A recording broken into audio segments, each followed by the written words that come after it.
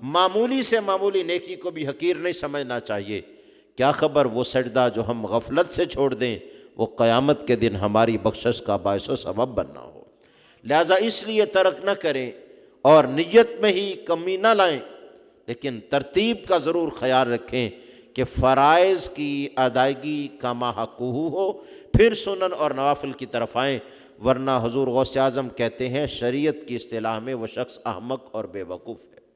فرائض کی ادائیگی کا ایک ہی معنی نہیں ہے، ہم یہ سمجھتے ہیں نماز کے فرض پورے ہوں، اب نوافل کم بھی ہو جائیں تو گزارا ہے، باقی چیزیں بھی اسی میں مراد ہیں۔ جیسے میں نے باپ کی مثال دی، باپ کا احترام، ماں کا احترام واجب ہے، بہن بھائیوں کے رشتے کا نبھاؤ یہ واجب ہے۔ اب دوستانہ تعلقات اور یہ رشتے یہ نوافل کے درجے میں ہیں۔ اب کوئی شخص بہن بھائیوں کے ساتھ تو حسن سلوک نہ کرے اور دوستوں کے ساتھ حسن سلوک کی مثالیں قائم کرتا ہو، وہ بھی اسی میں شامل ہے کہ وہ بے وقوف ہے۔ پہلا درجہ جس کا اس سے سوال کرنا تھا اس نے چھوڑ دیا، وہ پہلے پہلا درجہ ادا کرے، پھر اس کے بعد باقی درجات جو ہیں وہ اس کے اہتمام میں اپنے آپ کو مصروف عمل کرے۔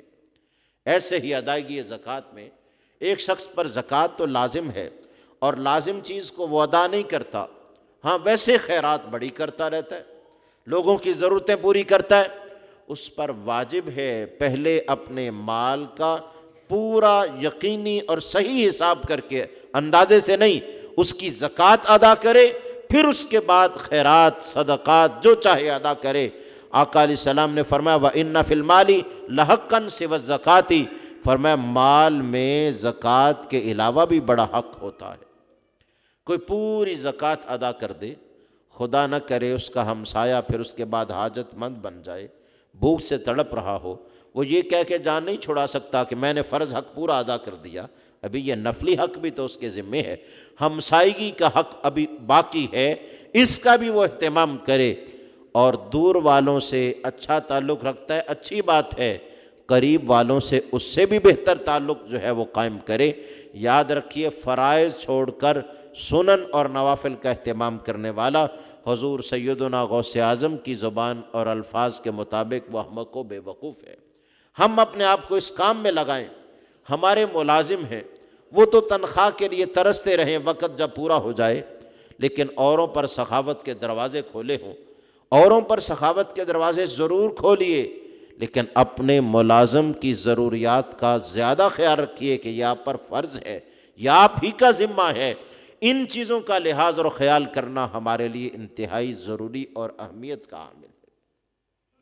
آپ کے معمولات کیسے ہیں کہ 40 سال تک نماز عشاء کے وضو سے آپ نماز فجر کو ادا کرتے رہے، اتنا زیادہ اللہ کی بندگی میں محو رہتے، رات بھر قرآن پڑھتے رہتے، تہجد گزاری کرتے، نوافل کثرت سے پڑھتے، اللہ کو یاد کرتے، اس کی بارگاہ میں حاضر رہتے، سوال کرتے اور مانگتے رہتے۔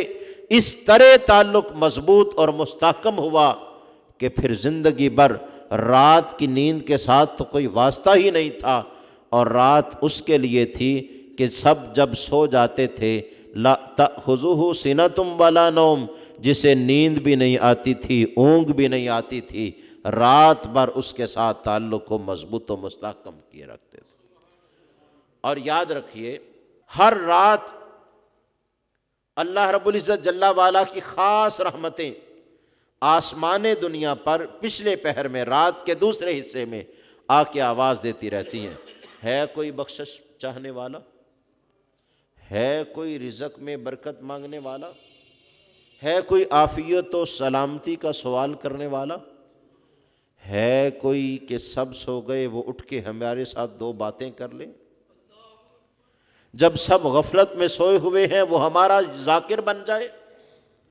اور یہ آوازیں زندگی کے ہر دن کی ہر رات کے دوسرے پہر میں ہوتی رہتی ہیں۔ وہ شب برات میں لیلۃ القدر میں سرے شام جو آواز آتی ہے یہ 2 راتیں ہیں سال کی، لیکن یہی آواز ہر رات پچھلے پہر آتی ہے۔ رحمت رب دی کرے بلند آوازہ، بخشش منگن والیاں کارن کھلا ہے دروازہ۔ ادھر سے تو آواز آتی ہے، ہم تو مائل بکرم ہیں، کوئی سائل ہی نہیں، راہ دکھلائیں کسے راہ روے منزل ہی نہیں۔ اے بندے دیکھ سارے سو گئے، آرام میں لگ گئے، اٹھ رب سے دو باتیں کر لے۔ یہ بات کہنے کا وقت ہے، یہ مانگنے کا وقت ہے، یہ سوال کرنے کا وقت ہے، یہ عطا کا وقت ہے۔ مانگ تو صحیح اس سے کچھ، سوال تو کر۔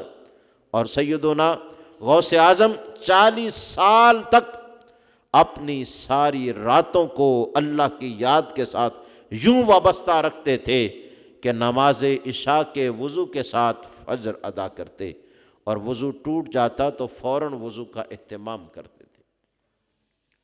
وہ بندے جن کا نام لے کے ہم حیران ہوتے ہیں انہیں اتنا بڑا درجہ کیوں مل گیا؟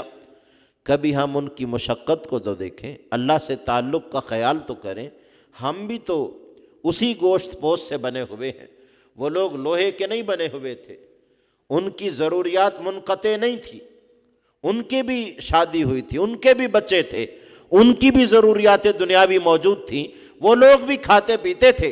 اس کے باوجود رب کے ساتھ وہ ربط کہ کمال ربط تھا، فرشتے بھی دیکھ کر حیران رہتے تھے کہ اللہ نے اس کو نائب اسی لیے بنایا ہے کہ اس انسان میں بعد ایسے لوگ ہیں جو فخر انسانیت بننے والے لوگ ہیں۔ اور یوں ہی تو اعلیٰ حضرت عظیم البرکت علیہ رحمہ نے حضور غوث اعظم شیئا للہ کی منقبت میں یہ الفاظ نہیں کہے، کہا واہ کیا مرتبہ ہے اے غوث بالا تیرا۔ واہ یہ خوشی کا اظہار ہے، یعنی سبحان اللہ کا ترجمہ ہے۔ کسی کو دیکھ کر جب کوئی خوش ہوتا ہے نا، کہتا ہے واہ، کہا واہ کیا مرتبہ اے غوث ہے بالا تیرا، اونچے اونچوں کے سروں سے ہے قدم اعلیٰ تیرا۔ واہ کیا مرتبہ اے غوث ہے بالا تیرا، اونچے اونچوں کے سروں سے ہے قدم اعلیٰ تیرا، اور سر بلا کوئی کیا جانے کہ ہے کیسا تیرا۔ سر یعنی بلندی، عظمت، رفعت، شان، پاؤں یہ ابتدائی مقام ہوتا ہے اور سر اعلیٰ مقام ہوتا ہے۔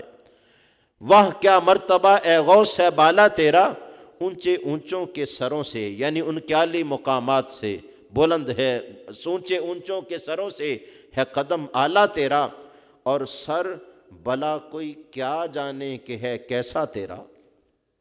سر بلا کوئی کیا جانے کہ ہے کیسا تیرا، اولیاء ملتے ہیں آنکھیں وہ ہے تلوہ تیرا۔